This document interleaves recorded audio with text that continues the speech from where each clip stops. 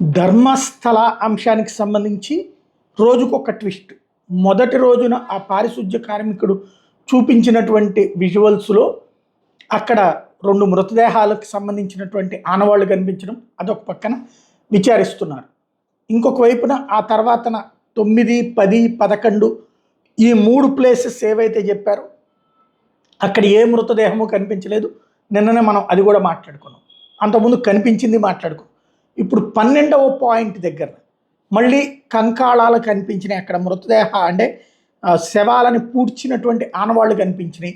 కొన్ని మృతదేహాలకి అంటే కొన్ని సామూహిక ఖననమనాలా లేకపోతే అక్కడ విడివిడిగా చేశారా అన్నటువంటి తేలుస్తున్నారు. కొన్ని కంకాళాలు అక్కడ కనిపించినాయి. ఏదైతే చనిపోయిన తర్వాత ఆ ఎముకలు మిగతా ఏవైతే ఉంటాయో అవన్నీ కనిపించినాయి. ఇప్పుడు వాటిని ఫోరెన్సిక్కి పంపిస్తున్నారు. యాక్చువల్గా హేతువాదులు నాస్తికులకి తీవ్ర ఆగ్రహంగా ఉంది. మీడియా దాన్ని ఆశించినంత స్థాయిలో హైలైట్ చేయట్లేదు అన్నటువంటిది. ఎట్ ద సేమ్ టైం ఇక్కడ ఏ హిందూ సంఘాలు కూడా దాన్ని సమర్థించటం లేదు. అది గుర్తుపెట్టుకోవాలి. ఏ హిందూ సంఘాలు కూడా ధర్మస్థలాల్లో మర్డర్లు జరిగితే అక్కడ మర్డర్లు చెయ్యొచ్చు, అత్యాచారాలు చెయ్యొచ్చు అని ఏ ఎదవా చెప్పట్లేదు.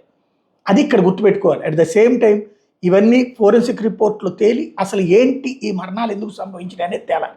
అట్లాగే అతన్ని విచారించి వాడు ఎవ్వరైనా సరే అది అర్చకుడే అవుతారా, స్వామీజీనే అవుతారా, లేకపోతే అక్కడ పనిచేసే సిబ్బంది అవుతారా, ఎవడు తప్పు చేసినా శిక్షించాలి. అదే ప్రతి ఒక్క హిందువు కూడా కోరుకునేది. హిందువులు ఎప్పుడూ కూడా తప్పుని సమర్థించుకుంటూ ఆ మర్డర్లు చేయొచ్చు, అత్యాచారాలు చేయొచ్చు అని అనుకునేటటువంటి దరిద్రపు లక్షణంలో అయితే లేరు. ఆ విషయాన్ని అందరూ గుర్తుపెట్టుకుంటే బెటర్.